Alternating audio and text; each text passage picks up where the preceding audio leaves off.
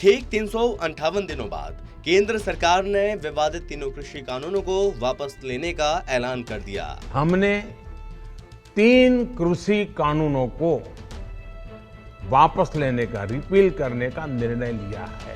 प्रधानमंत्री नरेंद्र मोदी ने इसकी घोषणा की और किसानों से आंदोलन खत्म करने की अपील की।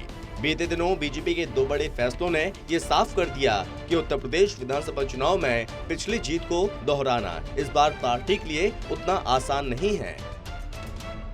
पार्टी का नारा एक बार फिर 300 पार है और बीजेपी उम्मीद कर रही है कि वो साल 2017 की तरह ही कम से कम 403 में से 300 सीटों पर जीत दर्ज करे।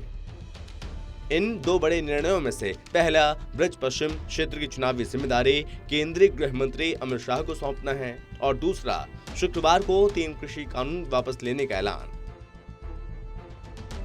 2022 में उत्तर प्रदेश समेत 5 राज्यों में होने वाले विधानसभा चुनावों को देखते हुए केंद्र सरकार ने ये फैसला लिया।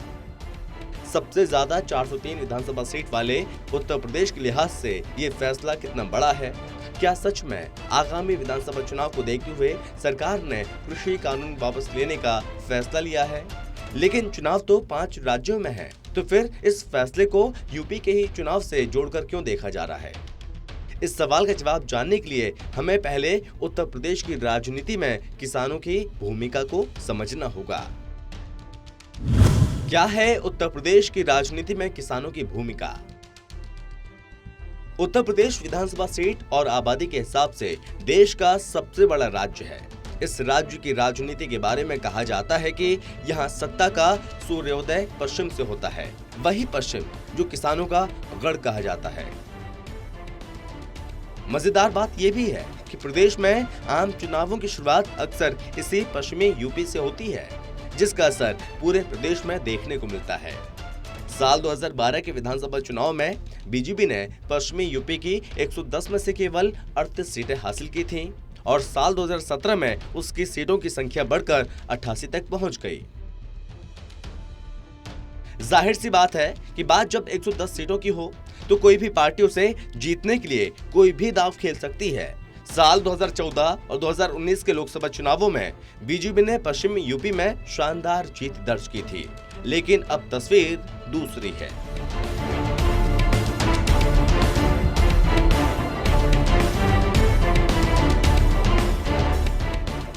किसान आंदोलन का असर उत्तर प्रदेश में शुरू से ही कहीं दिखा तो वो पश्चिमी उत्तर प्रदेश ही था। इसकी वजह ये भी है, इस इलाके में ज्यादातर गन्ना किसान हैं और वे कृषि कानून के खिलाफ चल रहे आंदोलनों में शुरू से शामिल रहे। राजधानी नई दिल्ली में आंदोलन का नेतृत्व करने वाले भारतीय किसान यूनियन इस इलाके में ज्यादा प्रभावी है और इस वक्त किसान आंदोलन का नेतृत्व भी कर रही है। राजनीतिक विशेषज्ञों का कहना है कि पश्चिमी यूपी में ही नहीं, कुछ तो 60 से 70 ऐसी विधानसभा सीटें हैं जिन पर गन्ना किसान हार जीत तय करते हैं। यही कारण है चुनाव से ठीक पहले प्रदेश की योगी सरकार ने गन्ना की कीमतों में 25 रुपए प्रति क्विंटल की बढ़ोतरी की। इस सरकार में 3 में ये पहली बार हुआ। पंचायत चुनावों में दिख चुका है असर। किसान आंदोलन शुरू होने के बाद यूपी में केवल पंचायत चुनाव ही हुए। प्रदेश में जिला पंचायत सदस्य की 3050 सीटें हैं। मई में हुए चुनाव में 795 सीटें सपा, 768 सीटें बीजेपी, 319 सीटें बसपा, 125 सीटें कांग्रेस, 69 सीटें रालोद और 64 सीटें आपने जीती थीं। 944 सीटें निर्दलियों ने जीती, यानी कि बीजेपी केवल 1/4 सीटें ही जीत पाई थी। वहीं अगर पश्चिमी उत्तर प्रदेश में हुए पंचायत चुनावों पर नजर डालेंगे तो किसान आंदोलन के असर को समझा जा सकता है। पश्चिमी क्षेत्र में बीजेपी के 14 जिला पंचायत अध्यक्ष हैं। इनमें 445 पंचायत सदस्य चुने जा सकते हैं, जिनमें बीजेपी के महज 99 सदस्य ही हैं। पंचायत चुनावों के समय बीजेपी के प्रत्याशियों को भारी विरोध का सामना करना पड़ा था। इन 14 सीटों पर नजर डालें तो इनमें से 7 सीटें मेरठ, बुलंदशहर, गाजियाबाद, गौतम बुद्ध नगर, मुरादाबाद, अमरोहा, सहारनपुर में निर्विरोध जीत हुई है।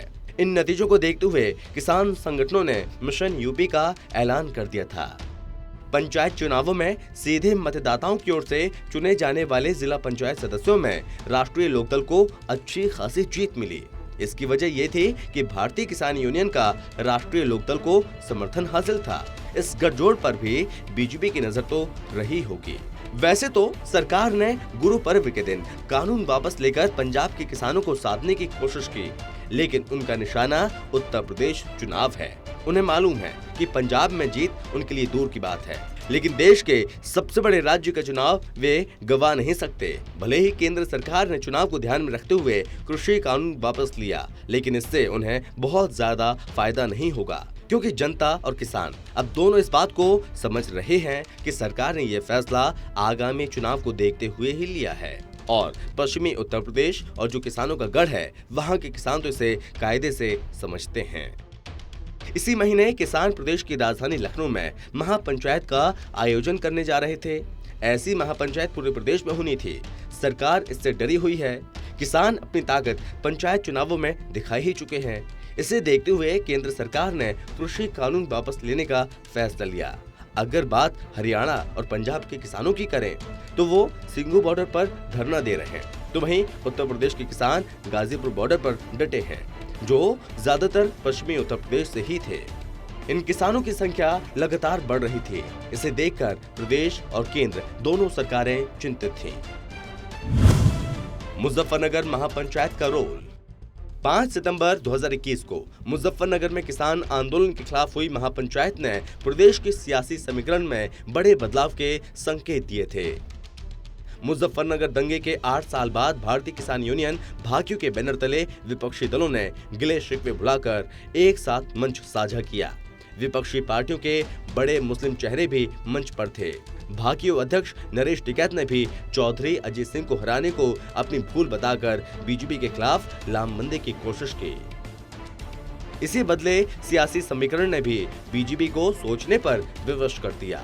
किसान आंदोलन के दौरान भारतीय किसान यूनियन के राष्ट्रीय प्रवक्ता राकेश टिकैत ने कहा था कि किसानों ने ही मिलकर उत्तर प्रदेश और केंद्र में बीजेपी की सरकार बनवाई थी। अब उन्हीं की बात नहीं सुनी जा रही है और ऐसे में प्रदेश से बीजेपी की उल्टी गिनती पश्चिमी उत्तर प्रदेश से ही शुरू होगी। किसान अगर वोट देकर सरकार बनवा सकता है तो वोट की चोट से हरवा भी सकता है। कृषि कानून की वापसी पर क्या बोला विपक्ष? कृषि कानून की वापसी पर विपक्ष के नेताओं का कहना है, कृषि कानून की वापसी का फैसला केंद्र सरकार ने आगामी विधानसभा चुनावों को देखते हुए लिया। कांग्रेस की महासचिव प्रियंका गांधी ने कहा, अब चुनाव में हार दिखने लगी तो सरकार को अचानक इस देश की सच्चाई समझ में आने लगी कि ये देश किसानों ने बनाया, ये देश किसानों का है और किसान ही इस देश का सच्चा रखवाला है और कोई सरकार किसानों के हित को कुचलकर इस देश को चला नहीं सकती। तो वहीं राजस्थान के मुख्यमंत्री अशोक गहलोत ने कहा, किसानों का आंदोलन सफल हुआ। देश में जो हालात बने हैं उसे देखते हुए पीएम मोदी को कृषि कानूनों को वापस लेने का फैसला लेना पड़ा। बहरहाल चुनावों को जीतने के लिए बीजेपी जी जान से जुट गई है। अब कृषि कानूनों को वापस लेने के साथ ही विपक्षी दलों के हाथ से 2022 चुनाव का एक बड़ा मुद्दा छिन गया है। हालांकि अभी भी अमित शाह के लिए उन किसानों को मनाना एक बड़ा टास्क है जिन्होंने साल भर से आंदोलन किया। अब देखना होगा कि 5 राज्यों के आगामी चुनावों में बीजेपी को कृषि कानून की वापसी का फायदा मिलता है या नहीं। Special desk, total TV.